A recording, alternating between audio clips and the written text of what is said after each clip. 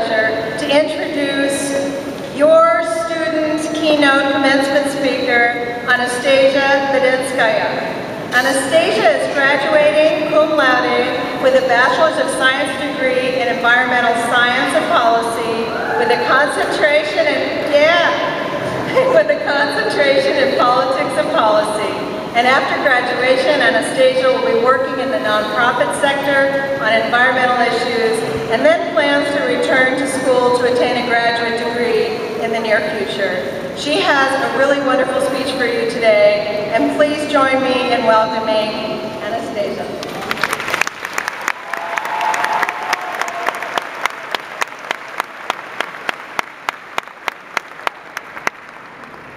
Hello, class of 2010. Give yourself a round of applause. Look at all of us here at graduation today. We have come so far and accomplished so much. The University of Maryland has provided us with a formal education and perhaps even more important, with the knowledge, the wisdom, and the experience that can enable us not only to better ourselves, but to contribute to a larger idea of the global good. A sense that we really can make the world better, starting today. In trying to decide what I wanted to say to you today, I was guided by the wisdom of Immanuel Kant. He told us that knowledge is the resolution and opinion of a community of people, rather than the perception of a single person.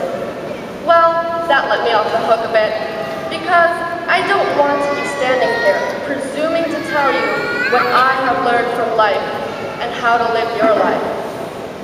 Rather, I would like to emphasize what we all have gained from our collective experiences as members of the community that is the class of 2010. So let's think about what we, in our community, have learned about life through our experiences over the last 4, or 5, or maybe even 6 years.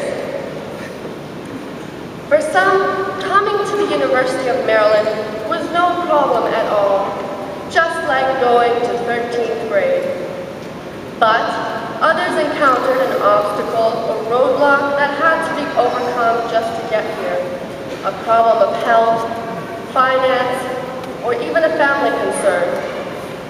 Some started out as I did, learning English as a second language.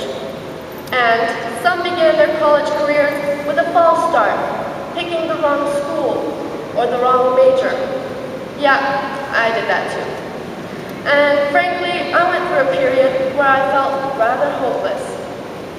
For a while, I thought higher education was just not for me. I almost gave up. But then an unexpected and life-changing mentor helped me sort out the information that was right in front of me. I learned that sometimes it is important to ask for help and to have the courage to ask. Because none of us got here on our own, and it is essential to show thanks to the wonderful people who made our attendance here today possible.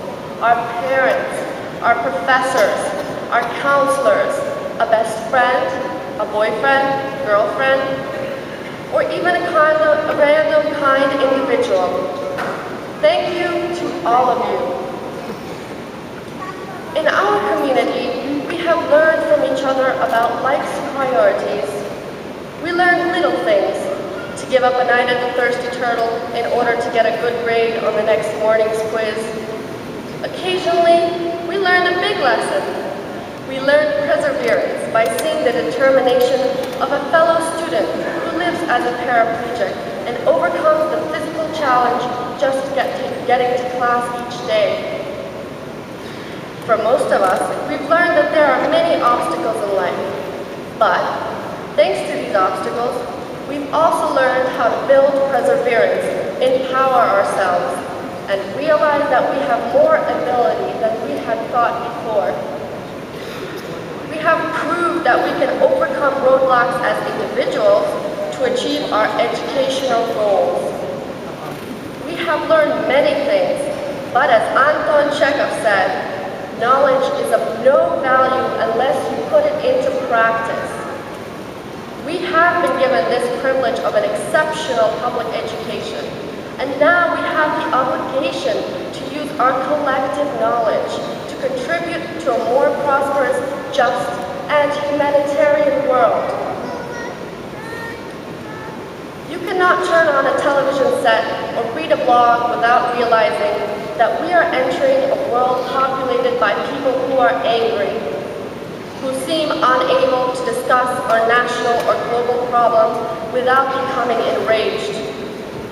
Our founding fathers also became quite angry when they debated, but in the end, they came together to forge a democracy unlike anything the world had ever known.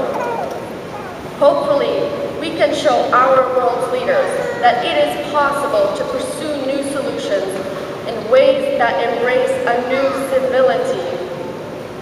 That may be our enduring gift. For, by respecting others, we are really respecting ourselves.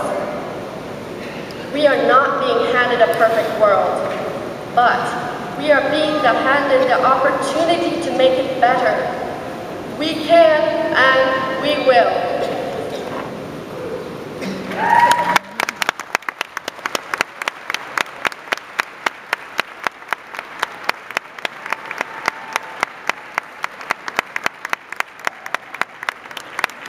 Amen. That was a wonderful speech, Anastasia. Thank you. Now we come to the part of our ceremony in which the Department of Government and Politics honors each graduate publicly and recognizes your achievements while at the university. To officiate over the awarding of the graduate degrees, I am pleased to ask Dr. Wayne McIntosh, Professor of Government and Politics and the Associate Dean of the College of Behavioral and Social Sciences, to come forward.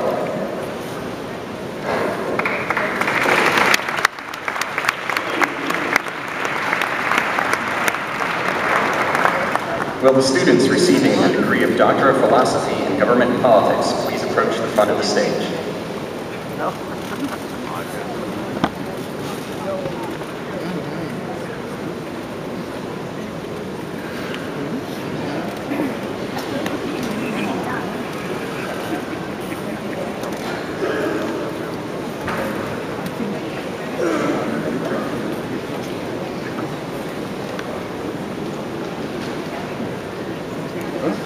Dr. Call, in accordance with the recommendation of the faculty, I request that you recognize these graduates who have successfully completed all requirements for the Doctor of Philosophy, Government, and Politics. I am pleased to accept the faculty's recommendation and am honored to recognize these graduates who have successfully completed all requirements for the Doctor of Philosophy in Government and Politics.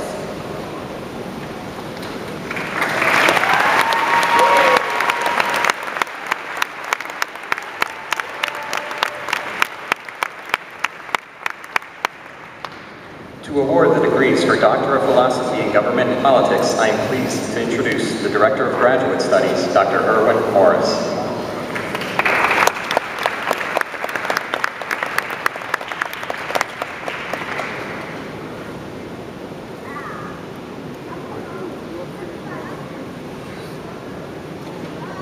John Thomas Bullock.